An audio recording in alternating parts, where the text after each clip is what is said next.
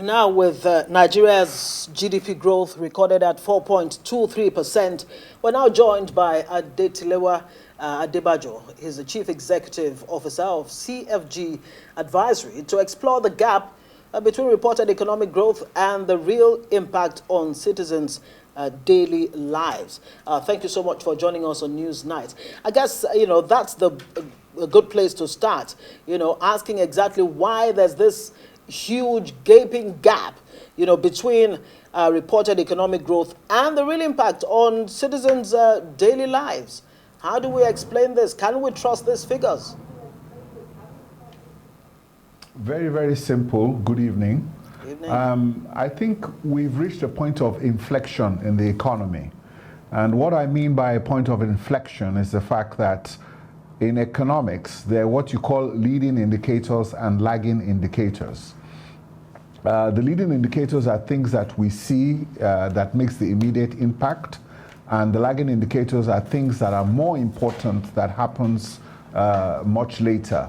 And what is important is the fact that we're looking at GDP growth. Now, when I say we've reached a point of inflection, to make it very simple, what I'm saying is that the glass is no longer half empty, but the glass is half full. If we take a look at what has happened in this economy in the last 2 years, I think when we talk about stability, one of the key reasons why we have stability today is the fact that we do not have ways and means financing anymore. Now, there's been a lot of cooperation between monetary fiscal policy alignment, which has got us this far. Reserves have gone up to 42 billion. We had net reserves as low as $3 billion at a point in time and a high of 24 billion. And now we're seeing reserves with 8 months import capacity. Now, these are positive news, and we're seeing that the dollar has gone down from 1,800 to 1,400. Looking at these numbers myself, I think that the dollar should be trading below 1,000.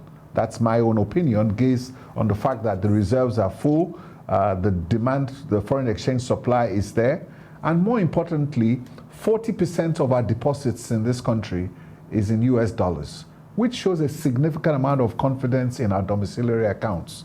Now, if you take a look at the fiscal side, the debt to revenue ratios have declined significantly. Debt to GDP ratios have declined significantly. And despite the fact that, because of inflation, don't forget that inflation is a very high cost to government. Managing inflation means that the government has to keep interest rates high. Now, despite this significant burden of paying high interest rates, the government is able to sustain these payments and continue to make that payment. But for me, I think the two things that I see that are critical today is the fact that by looking at our GDP growth has been positive for a very long time, which is important. It's growing.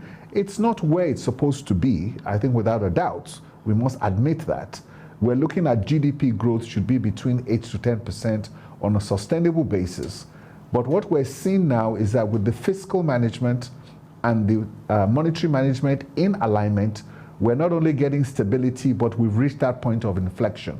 And I think that if this management is sustained, the only way we can see is growth. And on the fiscal side, I think what is also important is the fact that we do not have a challenge with our debt management. Okay. I think our debt management is sustainable, but what is important is that the Fiscal Responsibility Act, which is like a financial circuit breaker, needs to be updated to align with the medium-term debt strategy that has recently been announced. So, and I think the central bank governor himself admits that today in his speech, that fiscal policy and monetary policy have been working together in alignment to reach where we're supposed to reach. But let me highlight the two most important developments that I see just before I wrap up. The fact that the central bank governor today announced a 75% CRR on non-TSA deposits outside the bank. And now the federal minister, the Minister of Finance and Coordinating Economy, now has the powers that before any expenditure is made, he has to authorize a certificate. Now, these two steps in itself, I think, is going to be what is going to curb fiscal spending. And I think that if they continue to monitor these two areas, then we can see the control on fiscal spending, which has been the key factor that has been driving inflation up. And I think that we can begin to see some critical issues. We're not there yet, but I believe we'll reach a point of inflection. And if we can sustain these policies over the next quarter, I think first quarter next year we begin to see some significant dividends. All right, very well said, Mr. Adebajo. And just today, we also heard from the tax boss himself, aligning what you're saying about fiscal responsibility and the debt, borrowing, all of that. But to this 75% that you mentioned, some would say why the CBN is cutting rates in one hand, it is then introducing this 75% cash reserve on public sector funds. Isn't it confusing to businesses and investors? And to just add to that, the decision taken today for the first time, I think since 2020, they have decided to cut rates. Is this the beginning of easing full cycle for Nigeria? Yes, it is. And that is why I said it is a point of inflection.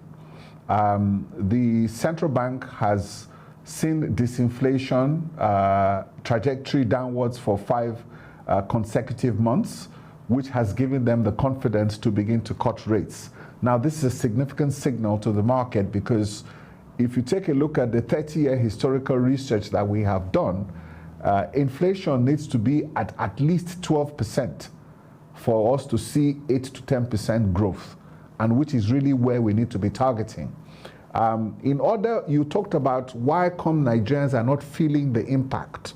For Nigerians to feel the impact, the problem is that we have become a sachet economy, and purchasing power has been eroded, and we have erased the middle class. So in order for us to bring people back out of poverty, back into the middle class, inflation needs to get to 12%. When inflation is at 12% and the economy is growing between 8 to 10%, then we will begin to feel the impact. So the research we have seen over 30 years shows that at the time inflation is 12%, then Nigerians will begin to feel that impact. Inflation is at 20% now. So there's a lot more work that needs to be done. And my own challenge to the central bank is that they need to start their inflation targeting program. The central bank governor today mentioned the fact that he wants to see inflation at single digits. So the central bank governor needs to tell us, what is that single digits? Is it 9%? Is it 6%? Is it 3%? So the central bank has to give us an inflation target for like maybe the next 1 year to say, okay, by August next year, the central bank is expecting the inflation to be at 9%. But like I've said, if inflation gets to 12%, Nigerians will begin to feel the impact in terms of, because what would have happened is that we would have restored purchasing power and your naira can get you more. So right now we're at 20%. We have about 8% drop to go before we begin to see that. But like I've said, we're at a point of inflection. Fiscal policy is in alignment with monetary policy. And now the challenge now is to put in the policies to grow the economy. And how do you do that? What is missing from fiscal and monetary policy alignment is now to bring in trade policy, investment policy, and industrial policy. And really how to get the private sector involved and to bring in FDIs. That is really where the next challenge is. So the Ministry of Trade and Investment needs to get involved in alignment with both monetary policy and fiscal policy. That is what is missing right now. Right, very quickly before we let you go, one point that was made by Olaime Cardoso, the CBN governor there, is that 13 banks in Nigeria have actually met, the recapitalization target. If I can recall, about 44 licensed banks are in Nigeria.